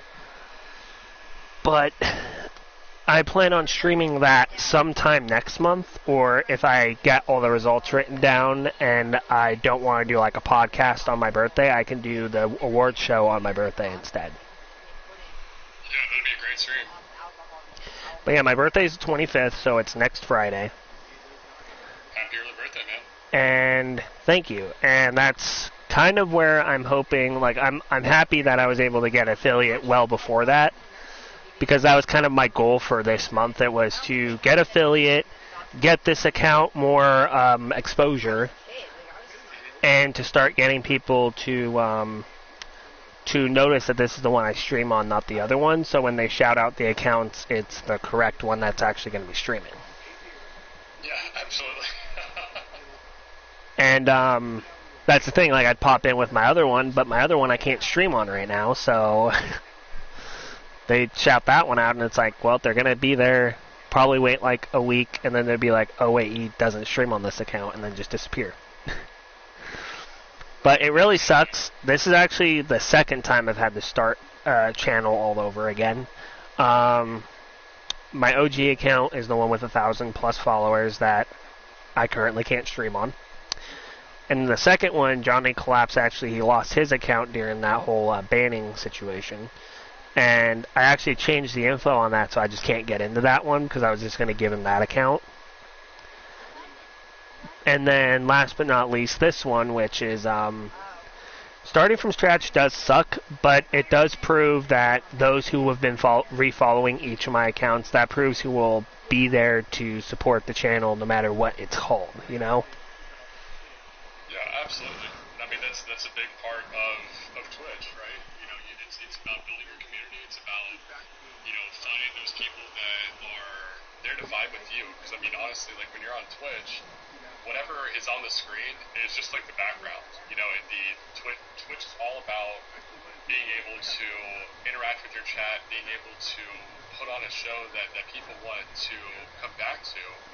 And when you need to do something, you know, where you have, you know, a new channel for one reason or another, to have those people come back, you know, that's your community. I mean, that's what you have built, and that's what people want to be around, and that's what is so rewarding about the work that we put in as streamers. Yeah, definitely. A lot of the work is, it also, you can do it in a lot of different ways too. Like, for example, you can do just hopping right on and just starting the stream right off the rip, not doing anything beforehand and just hoping it works out. Or you can do what a lot of us did, and we hopped into a community first, got integrated into it, and then started streaming, because then you'd already have connections that might come in. Now, one of the things is, and this is, I feel like, one of the hardest things for people to kind of adjust to on Twitch when they start streaming. You could have 100-something followers. You might have 10 people in your stream at any given time, or less or more. It just depends on you. But I feel like that a lot of people don't understand that all because you have them, that doesn't mean like everyone's going to be able to jump in for every single stream. That's just not the way it works. Oh, absolutely. And that, I feel like, is what demoralizes a lot of streamers early, is because they expect that instant success when it takes a lot of work to get that success. Once you hit affiliate, that's like the easiest thing you can do, is hit affiliate if you integrate yourself correctly. But after that, there's no guarantee those people will keep coming in unless they like what you're doing, you know? Well, any time that anyone has expectations, those are the people that are not going to succeed. Going into something with a full heart and, you know, the passion for what you're doing, that should be enough. If you're expecting something out of this, that's going to come off from you personally, and that will be very apparent in everything that you're doing, because you're doing it for the expectation of whatever that is. I've always been a person, I never have any expectations other than for myself. Whatever comes from that, you know, but if you have expectations of other people, you will, that is the fastest way that you can go about failure. It's like what I was telling you on the DMs last night, or the night before. My sub goal isn't me wanting people to do that for me. Everyone obviously does have sub goals at times, but some people just have it there because they want the money. And some people genuinely just want to see if they can hit that goal or not. And that, I feel like, is one of the misconceptions some people have, is when you have that sub goal, they think that, you know, you want them to gift, or you want them to give you their money or whatever. But in actuality, that's just something you want to see if you can hit. And I'm sure you've seen a few people with both the views of, you know, each of those things. And like for me, yes and no. I mean, like, because we all have a life, right? And as a streamer, you are putting in your time. And yeah. Your time outside of your normal day-to-day is very valuable. And, you know, if there's a single person on this platform that's telling you that, you know, there's no monetary value about this, like, no, there is. Your time is money, and yes, you can absolutely enjoy what you're doing on Twitch, as we all do. We wouldn't do this if we didn't enjoy it, but for the amount of time that you take to go ahead and put into this, there needs to be, for you to make it worth it, if you're putting in a lot of time, you need to have some sort of return on this. And just because, you know, there's a lot that goes into the setup, between your computer, all the streaming equipment. There is a cost to this. So anybody that's trying to say that, oh my God, like I would never, like no, like monetary value is part of this, right? Yeah. You know, but it doesn't need to be the main focus because that's not the focus. The focus is on the community. It's on what we're doing. But it's a weird elephant in the room, and I don't know why people like make it weird. Like because like look, like we are putting our time into this. We have put our money into this to make the viewing experience what it is for the viewer. For me personally, there's a difference between asking for money directly and having a goal you want to hit, right? Right. For example, I was talking about this the other day. My 50 sub goal is for me to get my emotes. That's the only reason that goal is there. Right, but again, that's for your viewers. Exactly, my viewers, and that's like... You're not begging for money. You're saying, hey, if we as a community can hit this sub goal, I can then create more emotes for you guys to use. Which, by the way, I didn't mention this yet, but all my emotes are going to be decided by chat, other than the first one that's on here right now. Because I already have an account with all the emotes that I like on it, and so I want the community to decide my emotes moving forward. And that's why that sub goal is also there, because it's a way for you guys to interact with each other and me further to decide what we should put in those slots. And I'll be one of those streamers that if I'm ever at the point where I'm actually making like good money on doing this, then it's all going to go back into the stream itself. So like right now, setups. That's the best way to do it, in my opinion. You know, obviously everyone's got their own opinion. They've got, you know, their own financial situations going on. But when you are able to take the money that you're earning, put it back into the stream to make the stream better for your viewers, that, in my opinion, is the best way to do this. So setup-wise, like, that's a big thing that people look at. And it discourages some people from starting it because they see all these people with all the cool overlays and then they have the wicked PCs and all that stuff. And I always tell people that's not something you need to have in order to get your foot into the door. Like, my setup is a portable TV, a mic, a camera, and a phone stand so that I have my chat in front of me. The phone stand, like for anyone who's listening who wants to get into it that doesn't have anything high tech, the stand for my phone was $5.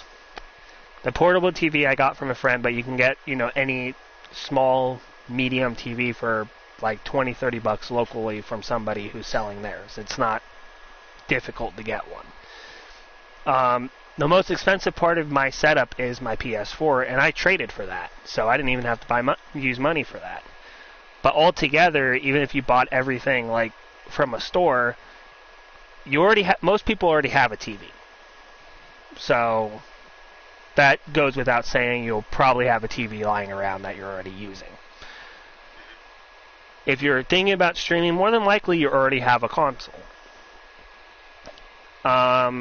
The only thing you might have to get is a mic and a camera, and that depends on if you've played much multiplayer and if you have friends or whatever in terms of the microphone.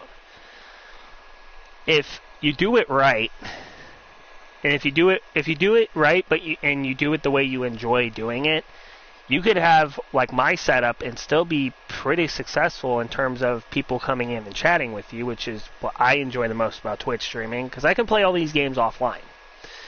I stream because I want, and I've mentioned this before, I stream because I want to get people into new games or have people rediscover a game they really loved to play before and maybe even get back to playing it themselves.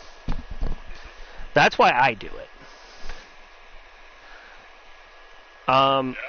And that's like I said, I could just play all this stuff offline, but to me it's like, well, I have a Twitch channel now.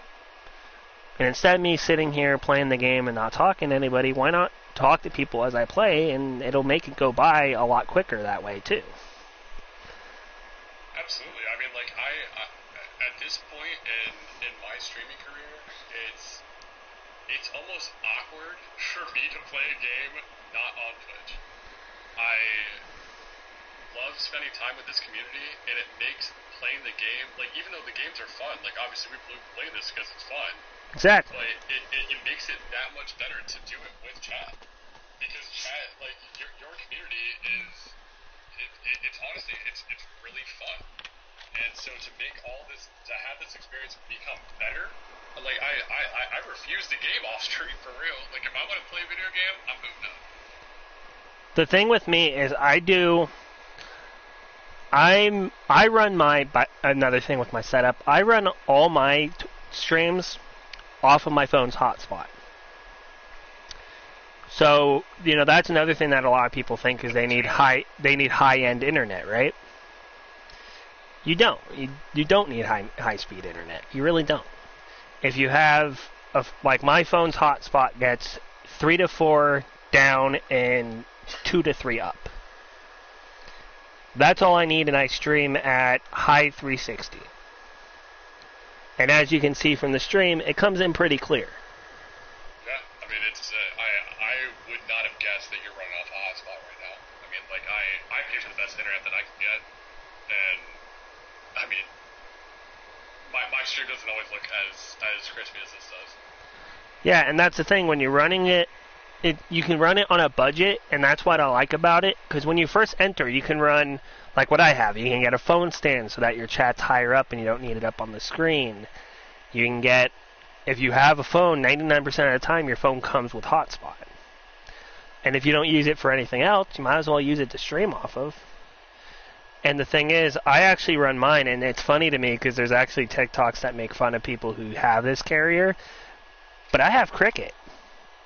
My hotspot is through Cricket. A lot of people think, for whatever reason, Cricket's a bad company, but it allows you... The thing about them that kind of separates them from the rest of them, too, is Cricket allows you to pay for data as you need it. So, like, hold on, I'm trying to remember what I was going to say. Oh yeah, that's right. So, like, if I run out of, like, hotspot data, right? I can just walk into Cricket, buy 10 more or 15 gigs for $10. And typically my streams take, sometimes they take less than a gig, but most of the time it's a gig to 2 gigs per. And so, you figured with that, I have minimum 15 streams, or maximum, like, 15 streams, minimum 7. And that's why I like to do this too, is because it doesn't cost me anything extra to have my internet to use to stream with. And so, like, the most it'll cost me to be able to stream all month is like $20, $30 extra dollars in hotspot data. And right now, when you want to build your stream up, you have to put something into it. And, everyone puts their time into it, obviously. But you have to put everything you have into streaming if you want to build it up quick. And if you want to build it up to the level like Up and Adam has, or Fend has, or Murphy D, or Luch, It takes time to get to that level. And all of them started very similar to me. They had a console, they had a game, and they wanted to play it for people. And, yeah, that's, to me, is probably the best route to go. Is put all you have into it when you first start, and decide after, like you said, like 6 months or so, if you don't feel like streaming's your thing, and you feel like you need to get money back out of it, like, for sure, maybe reevaluate how you're streaming if you still want to go after that goal, because sometimes it's attitude, Absolutely. I 100% agree with that. For example, Fendler, when I first popped into his chat, he had 20 to 30 people in there. And that was the last couple months of Madden 20, I believe. And so he was holding 20 to 30 people in there, and he used to do, like, drunk fucking Saturdays, too. Like, he'd get sauced to hell on Saturdays. And he actually caught some of his biggest raid on the Saturdays when he was like that. So, it was And then now you see where he's at now.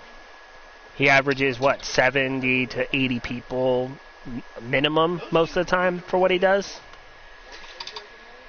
And Fendler, with how he started, he was mainly a Madden streamer, and he's on, you figured he's on at minimum 5 days a week. And then, he'd have his subathons where he's on for several, this past one obviously being like 41, 42 days, something like that. And then when he does that, obviously everyone would need a break when you're streaming for 40 plus days for 12 to 15 hours each time, But that's because he was able to build a community up to the point where he's at, where he knows that he can take days off and everyone will still be here when he gets back. And that's something that streamers need to earn in a way, right? Because if you're like a Fendler, Up and Adam, DK Nice, the people who have partnership right now, or those that are on the cusp of it, that means you put a lot of time and effort into streaming. And that means you've been able to get enough people to constantly come in, that those numbers are there so that you can be a partner streamer. Now with me, I personally, my yearly goals when it comes to content creation, I normally have a list of 5 to 7 goals, right? Only 2 of them are my personal goals. Everything else, I want to help other people reach theirs. Like, for example, my last one was I wanted Luch, Evo, and like 2 other people to get partnered. Well, 2 of those people got them. Luch is on the cusp of it. And I like to think that even though I'm just one viewer, every viewer counts when viewer average is the main thing that like partnership is about, is can you hold 75 plus people in your chat for X amount of days after getting said notification. And I've enjoyed watching people grow up to the point where they're at, the names I mentioned specifically, but I also can't wait to see how your stream grows, how Rock's stream continues to grow. Big Evo, everyone in this community, I want to see them hit their goals as soon as humanly possible. And I'd rather help everyone else reach their goals than worry about where my goals are, right? And maybe people will call me foolish because of that, but bottom line is I like seeing people succeed, whether it be people I know personally or like the people I watch on streams. All you guys I count as my very close friends that have earned everything they've gotten. And I figured at one point, who knows, maybe I'm on a cusp of a partnership one day, and because of everything I've been able to help others achieve, I might be able to, get those same people to jump in and help me achieve what I'm trying to achieve.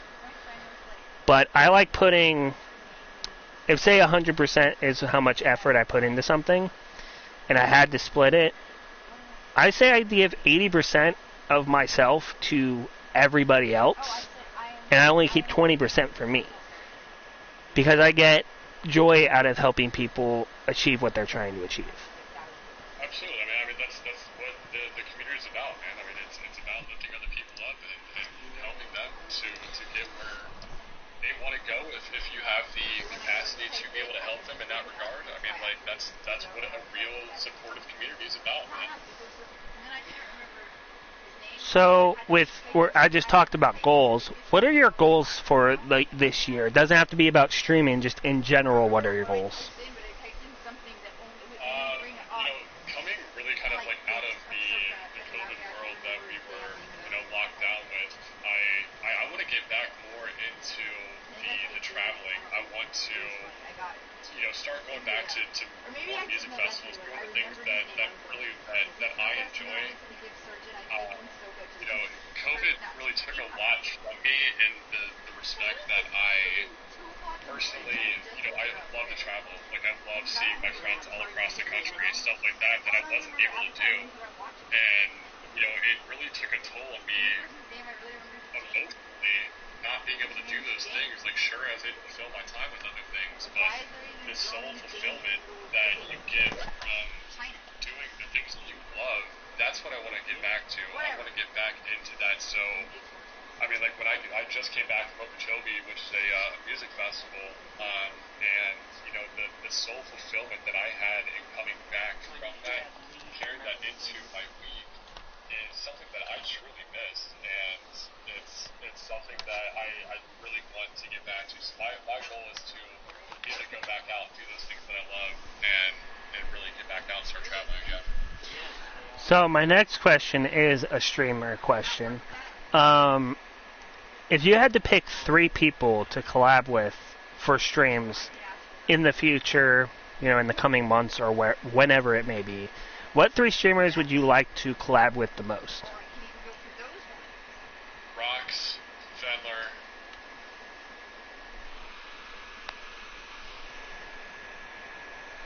I'm trying to think of who my third would be.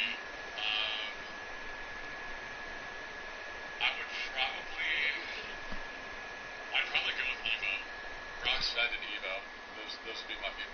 I'd have to agree with that. Like, if I were to go where, like, Fend lives, I can easily, like, collab with Fend, with PTA. There's a couple other people that are really close by to him. But those are the type of people I want to collaborate with, those that I feel like I mesh well with.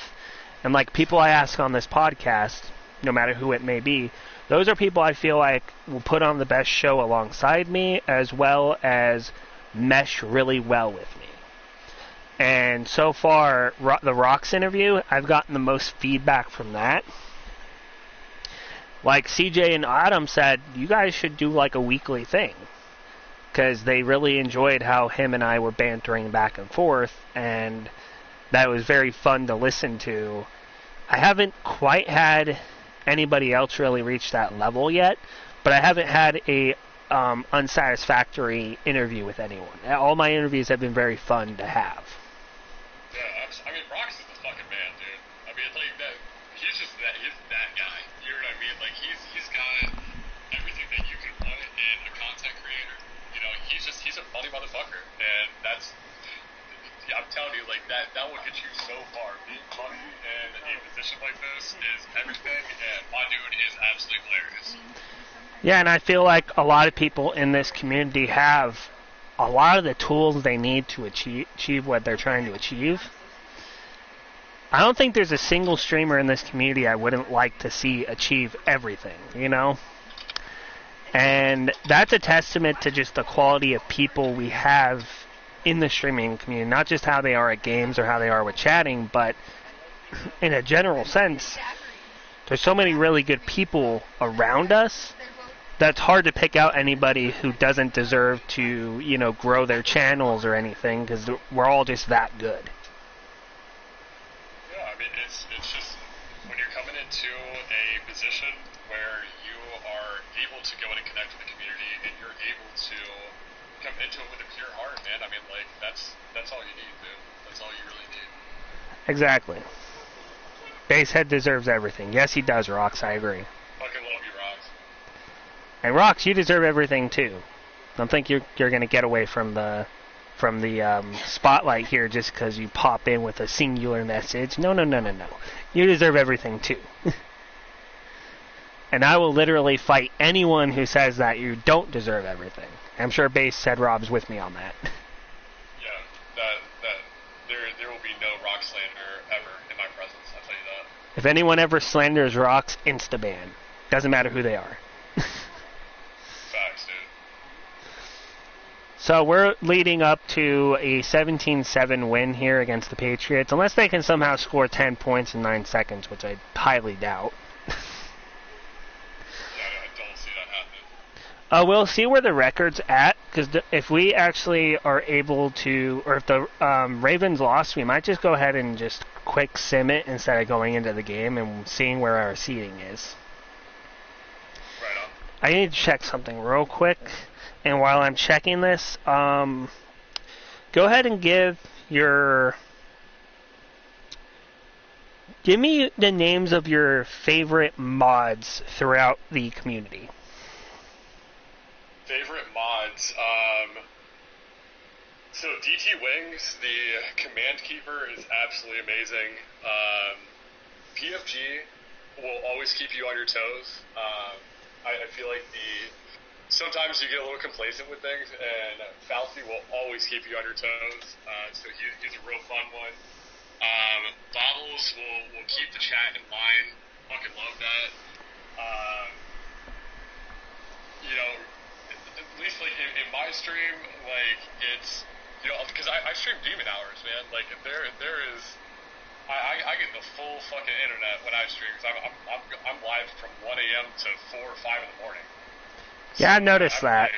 You're like... It's old Demon Hours, dude, so, there's not many people that can stream on Demon Hours. You and Nick OC are the first two I can think of.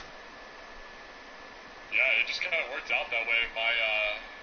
I accepted an internship at my job, and so I ended up getting the worst possible shift that I could, so where I'm getting off work around 12:30-ish at night. So I was like, 90% of the community is already in bed by that point. Right. I mean, like I've got the West Coast that's getting ready to go to bed, and I've got the Insomniacs. Yeah, and that's kind of, I think that makes the most wild chat rooms is when you have those specific elements in there. The Insomniacs, sometimes they say some really wild stuff, and sometimes you have to be in there to actually see just how wild that gets. It's definitely, it's not for the weak. I'll say that, too. Definitely not. So we have the Ravens. They actually lost, so I think we actually have already clinched the division. We're going to go ahead and sim and see, because I'm pretty sure we clinched the division already. That tie is really the reason why we're clinching it, though. Because we're up one, see, 11-5-6, they're 11-6, or 16, or 11-6, but because of our tie, we get the tiebreaker there. We have the Jets, which we'll save that probably for the next interview I end up doing. But we will go ahead and we'll go over the stats real quick. And we'll go ahead and check out the Browns stats just because you being a guest on the show, I like to at least highlight the team of the person that I'm interviewing. Though when I did these the first time around, I'd actually just rebuild the team of the person I'm interviewing and then just go from there. But I felt like I was making a lot of saves that I would never get back to, so that's why I kind of did this where it's just one team for everybody and we just watch the games instead. Right on. So let's look at stats for our team first. So our quarterback actually added 3 touchdowns the last week or two, which is decent, but he'll still have to get replaced because these are really bad numbers. You as a Browns fan have probably seen better numbers than these. Not by much, but we've had a couple seasons. Najee Harris didn't get much done behind a pretty bad O-line. And then the other two people have done decent, I guess, too. Receiving-wise, Pat Frymuth is a top receiver in yardage, and Deontay Harris has the most touchdowns amongst our core here. Blocking-wise, as usual, tackles in Madden are just god-awful for absolutely no reason. Let's see sacks. What did TJ Watt get up to? It was so bad TJ Watt only had 6.5 sacks. Oh, God. I can't tell if that's just Madden being dumb. Hey, Chris Boswell was perfect on kicks, though. That's solid. I'm still letting him go because he's going to regress, but that's pretty good stats, I think. But let's go ahead and look at the Browns real quick, and let's see how their season ended up going.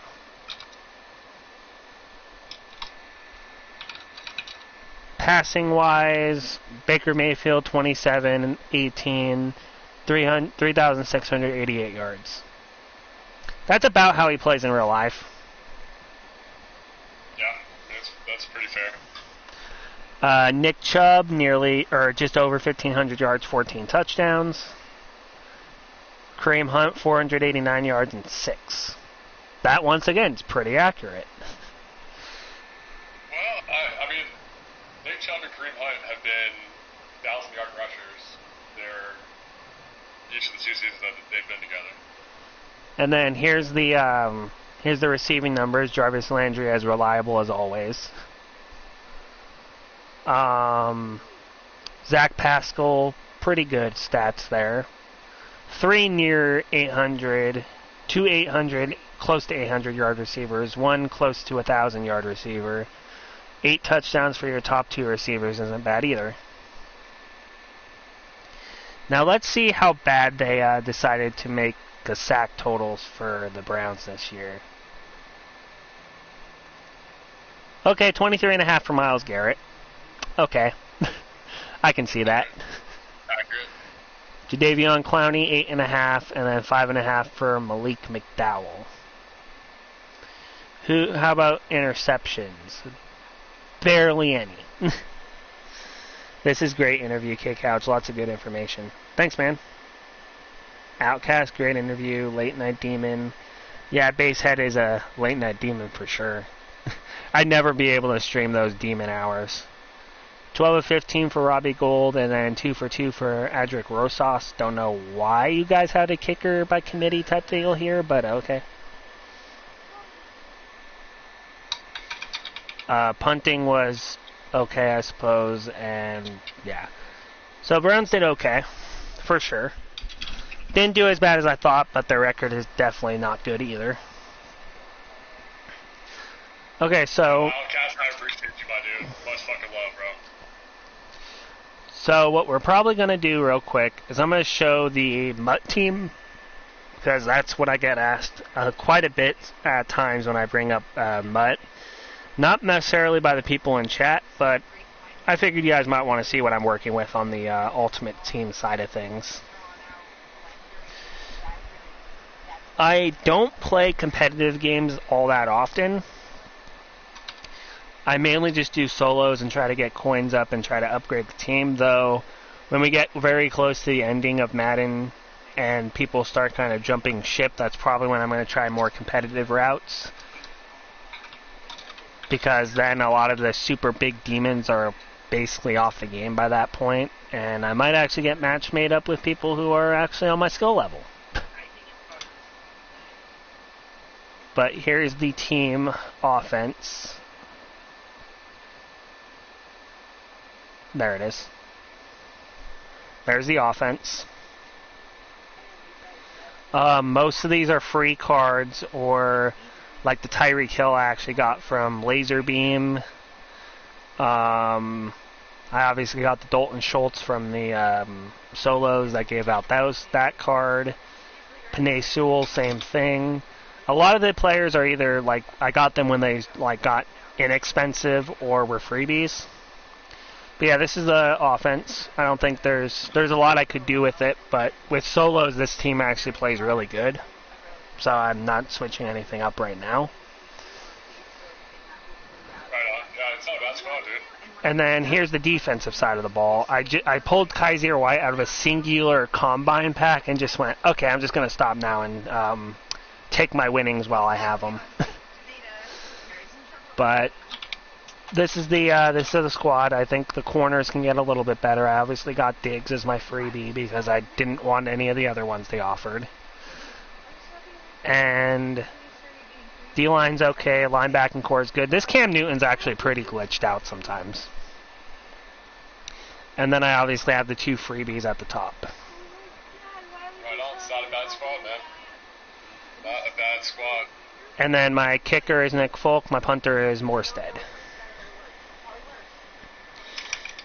Okay, so with that being said, is there any remaining message or any advice or anything you want to give to the people watching before we ship a raid off?